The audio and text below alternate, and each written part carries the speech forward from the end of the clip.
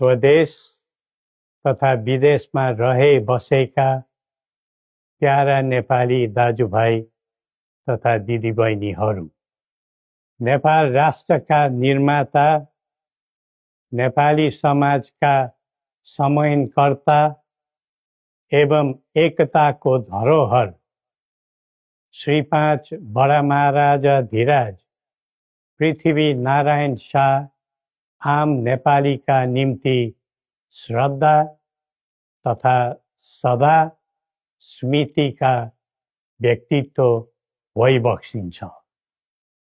मौसुफको 304औं जन्म जयन्ती तथा राष्ट्रिय एकता दिवसका उपलक्ष्यमा हामी उहाँलाई नमन गर्दै श्रद्धा सुमन अर्पण गर्दछौँ। जस्तोसुकै शक्तिसँग पनि सङ्घर्ष गरेर राष्ट्र एकीकरणमा सबै जात, सबै धर्म र सबै क्षेत्रका नेपालीको सक्रिय, सबल र सफल नेतृत्व गरेको शाहवंशीय राज संस्थाको इतिहास सबैका सामु छर्लङ्ग छ। नेपाली जनताको खुसी र समृद्धिलाई नै आफ्नो रुचि ठान्ने शाहवंशीय परम्परा रहँदै आएको छ। बडा महाराज धीराजको मार्ग निर्देशनको परिधिमा रही हामीले नेपाली जनको एकता र वृद्धिमा जोड दिँदै आएका थियौं र छौं। तर कालान्तरमा कतैबाट उत्पन्न अवांछित भ्रमको चपेटामा देश पर्यो। झन्डै 2 दशक अघि शान्ति ल्याउँछौं र आर्थिक प्रगतितर्फ देशलाई लैजान्छौं र स्थायित्व दिन्छौं भनेर सत्तामा पुगेका दलहरूको चाहना अनुसार हामीले श्री पेच र राजदण्ड जनताको नासो जनताकै सुरक्षित संरक्षणमा बुझाइ सहयोगी नियतका साथ राजकाजबाट बाहिरै रहेको सर्वविदितै छ। यो दायित्वबाट पलायन वा निषेधित राजनीतिका निम्ति कमजोरीको अनुमोदन थिएन, न त यो भावना आम जनतामा नै थियो। नारायणहिटी राजदरबारबाट हामी बाहिरिएको करिब 2 दशक बित्दा पनि देशले सामना गरिरहनु परेको सङ्कटले हामीलाई चिन्तित तुल्याएको छ। हिजो देश नबनेकोमा चिन्ता थियो, आज देश नै नबच्ने हो कि भन्ने निराशा पैदा भएको छ। बडा महाराज धीराजबाट 22 वर्षको युवा अवस्थामै सुरु गरिबक्सेको एकीकरणको सफलता पछि आधुनिक नेपाललाई 4 वर्ण 36 जातको साझा फुलबारीको रूपमा चित्रण गरिबक्सेको थियो। यो मुलुक राजाको मात्र होइन, जनता र राजाको समान स्वामित्वको देश हो भन्ने सन्देश पनि दिइबक्सेको थियो। भाषण अनि जादु वा चमत्कारले यो देश बनेको होइन र बन्दैन पनि। सबै जात, धर्म र क्षेत्रका नेपालीको साझा प्रतिनिधिका रूपमा काम गरेको राज संस्था जनताले सुम्पेको जिम्मेवारीबाट विमुख हुनै सक्दैन। सबै नेपालीले यो कर्तव्यबोध गरी पृथ्वी पथमा लाग्नु पर्दछ भन्ने हाम्रो धारणा र आह्वान पनि छ। नेपाली विश्वमा जहाँ रहे पनि नेपाली मूलको भन्ने नै हुन्छ। त्यसैले राष्ट्रको प्रतिष्ठासँग नेपालीको प्रतिष्ठा पनि सँगै जोडिएको हुन्छ। मुलुक स्थायी वा अस्थायी रूपले छोड्दैमा देशसँगको सम्बन्ध तोडिन सक्दैन।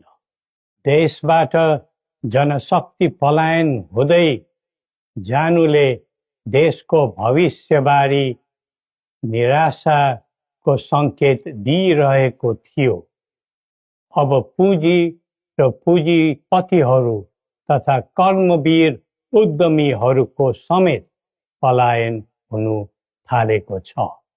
यो क्रमलाई तत्काल निरुत्साहित र नियन्त्रण गर्न सकिएन भने मुलुक असफलताको सङ्घारमा पुग्न सक्ने सम्भावनालाई लिएर हामी आहत भएका छौँ। महाराज धीराजबाट स्वदेशको पुँजी पलायनमा रोक लगाउनु पर्ने पक्षलाई महत्त्वका साथ जोड दिबक्सी जनता सक्षम र बलिया भए मात्र देश बलियो हुन्छ भनी दिव्य उपदेशमा उल्लेख गरिबक्सेको छ। जब जब युवा पुस्ताको भावना, चाहना र आवश्यकताको सम्बोधन गरिँदैन तब तब असन्तोष पैदा हुन्छ, जसले विद्रोहको रूप पनि लिन सक्छ भन्ने सत्य नेतृत्वले हृदयङ्गम गर्नै पर्दछ। नेतृत्वले पटक पटक युवालाई प्रयोग मात्र गर्ने तर उनीहरूको आवश्यकता बुझेर काम नगर्ने प्रवृत्तिले युवामा असन्तोष जन्मेर देशमा जनधनको हानि भयो। जसरी भविष्यका कर्णधारहरूको ज्यान गयो त्यसले सबैलाई स्तब्ध बनाएको छ। युवाहरूमा भ्रष्टाचारप्रति असहिष्णुता र आइटी प्रतिस्पर्धामा अग्रताको जोश देखिनु उज्जवल भविष्यको सङ्केत हुन्। तर उन्नतिको गन्तव्यमा राजनीति चुक्यो भने अल्छीको सपना मात्र बन्न जान्छ।